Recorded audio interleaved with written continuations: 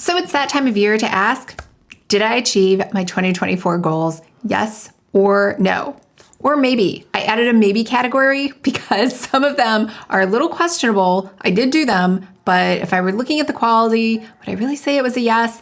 I'm not really sure. So let's go over those now. All right, first we're going to go over my vision board, and then we are going to go over my monthly goals. So the vision board was created on January 2nd with Molly. We did a live stream on my Lisa Latte channel, and we just thought it would be pretty to make a vision board instead of declaring our goals one by one.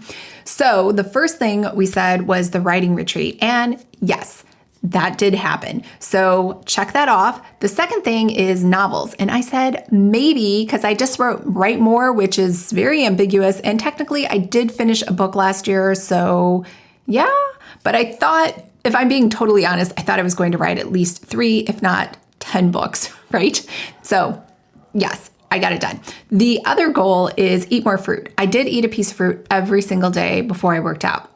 So that was a maybe, only because I think I was already doing that in 2023, but I don't remember. So I'm just going to say maybe, because I did mean to eat it like in the afternoon or for a snack. And instead I had cupcakes, donuts, ice cream, cheesecake. You get the picture.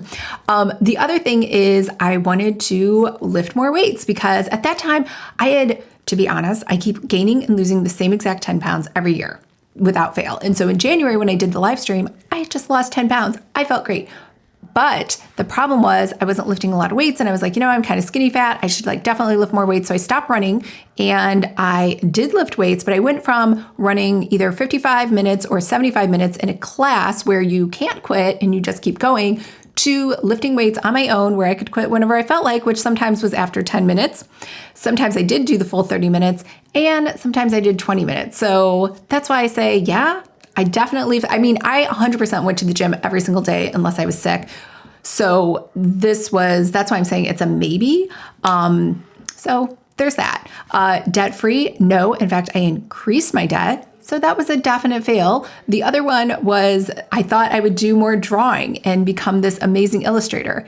I did not. In fact, I downgraded my iPad Pro to an iPad Mini because it was getting so little usage.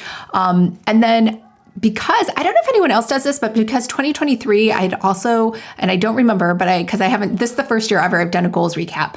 But because I had failed at my 2023 goals, I was like, you know what I need? I need discipline. I'm going to make that my word of the year. And I 100% can say I did not have discipline. I can't even think of a single instance where I was like, oh my God, that's so great, except maybe eating fruit. And do I really want to count eating as something I had discipline with? So that's kind of a wrap on all of my vision board goals. If you ask me what was really the root cause, I would say it was 3 things. Focus too much on outcomes. And that's always been my problem with vision boards, and not enough on the behavior changes. These pictures on the right might have been more motivating. I don't know. And to be honest, I didn't even look at this vision board once after I made it. I made it. That was it. After January 2nd, until today, it's the first time I even looked at it. I was like, oh, wow, I put that as a goal. So there's that. The second root cause is probably, it's just so far away. You know how it's January, or even if it's March or April or even September, you're December 31st is so forever. I had plenty of time to finish that. And I didn't have any milestones or trackers along the way. And so I think that was another problem for the failure. And also just vision boards in general, I'm not really into, but I thought I would try it out. And again, I tried it. It didn't work. And especially because I didn't even look at it. So I think that's another factor too. So let's get to my monthly goals. So every month I do a plan with me. And every month I tell everybody, you need to have just one goal that you can do within the month. And so I had a lot of goals that you can see kept repeating because I wasn't able to complete them within the month. So I just kind of bumped it forward. And then I bumped it forward. It's kind of like when you have a lot of stuff to do. And then at the end of the night, you're like, you know what? I'm really tired. I'll just do it tomorrow.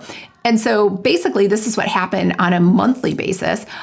So if I were to go back through the whole month, the website, Pretty Fabulous, I thought I was going to do it in a month. It actually didn't get done until July.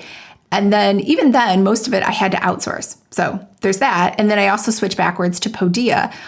So yeah, 2 things. I feel like, is that a backslide? I mean, I guess if we're saying, done is good enough, sure, it's done. So case closed. Second thing, I thought I would write, there's 4 covers here, because I thought I would write 4 novels for February.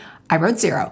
To be fair, I did get the flu, but I didn't account for that and I didn't make it up later. So it's not like I had the flu the whole 30 days and I didn't double down for the rest of the time once I did start to feel better. So that was definitely a fail. And as you can see it didn't get added again until this month, which is also a question mark because I haven't finished that either. So the third month, that was actually a win. So I said I was going to do the Lisa Seifert website. And when I said I was going to do it, it was pretty much already done. The only thing I had to do was the blog. And I did outsource the rest of the pages for that. So that was done. And then you can see the whole next quarter was a fail. And then in August, I said I was going to do the Glow Up course. I didn't do it, moved it over to September. September, didn't do it, moved it to October. So I did not put a status on this because even as I'm speaking right now, like right before this, I recorded another lesson for the Glow Up and I have to do one more lesson. So I'm going to count that as done. It didn't get done in October, but done is good enough as long as it gets done this year. This is kind of where I'm like changing my mind about finish strong. I do want to finish strong to finish that goal and also the one I set for December so I can finish strong. So I don't like drag these into that like bad, negative, like I'll do it later energy into 2025. So for November, I said I would move. Wasn't exactly the best move. I have a lot of lessons learned, but I moved. I'm technically in Florida, so check for me that is done. The other thing was the book. I thought I would write book 5 in my series. I would like spend the first half of the month outlining and the second half of the month drafting. I haven't written a single thing. Well, that's not true. I did write an outline. I don't remember what it was. I think I was so excited I did it the first day. And then, because it was December 2nd, I was like, I have plenty of time. Let me just sleep on it and I'll think about it later. And so it's now later. So that's the status. So if I was going to do a root cause analysis, instead of telling you like everything that I think is wrong with my goals, what I think you should do is you should take your goals and ask AI, whether it's Claude, I use Claude, but you can use ChatGPT or Perplexity and tell it that it is a world-class leading life coach. It helps coach elite athletes. It coaches Fortune 500 CEOs. I will copy and paste this for you down in the description below so you can try it for yourself.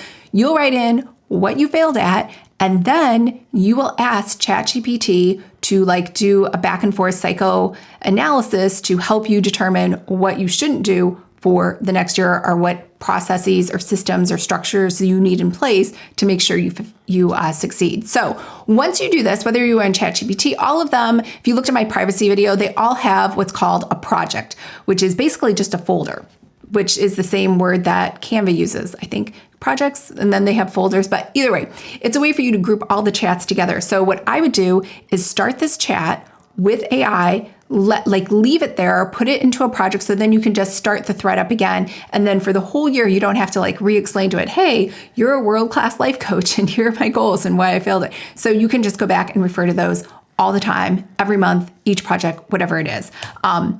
Also, if you were going to ask me what like my biggest revelation was for like why I failed, it's because of the 10,000 hour rule. So if you've never heard of Malcolm Gladwell, it just means if you spend a lot of time practicing or working on something and doing it deliberately and like, I don't want to say perfectly, but doing it well, then you are going to solidify your expertise so that you are like at genius level for playing the piano, playing basketball, learning how to code, whatever it is that you want to like excel at. So if you think about that, all of my goals, like if you just think about the website, I thought I could go from 0 to super expert within 30 days. Like I was going to buy the course, I was going to take the course, I was going to learn everything, and then all of a sudden just be an expert by day 30. No, not even by day 30. Before that, because before that, I was going to actually do all the work to create the website. So that is like also, I guess, just setting myself up for failure. And that's why that goal just kept going on and on and on, just never got finished. So that was a good lesson learned for me. And also just like, you can't just will things to happen if you've never like tried them before. So like book in a month. I have friends that can write a book in a month. Like straight up, they're just really diligent. And yes, they have full-time jobs. They're just good at it. But they didn't start out that way. They're just excellent at like finding that free time to write all the time. And I don't do that. I just thought like I could just think it and it'll just magically happen. But like the 10,000 hour rule, I don't know that you need 10,000 hours. That's like if you worked 40 hours a week, full time, no breaks, no vacation, no sick days, in 4.8 years, you would reach that. But let's just say I just wanted to get to like 25% of a genius. that would be maybe a little bit over a year just to get expertise in something. So just resetting those goals and going back to that other root cause where I just didn't have any milestones or trackers. I think breaking things down into smaller, more manageable things, even if it sounds less impressive when I talk about my monthly goals, is really the answer for me. So that's a recap on my 2024 goals, and I will see you tomorrow where we'll talk about my 2025 goals.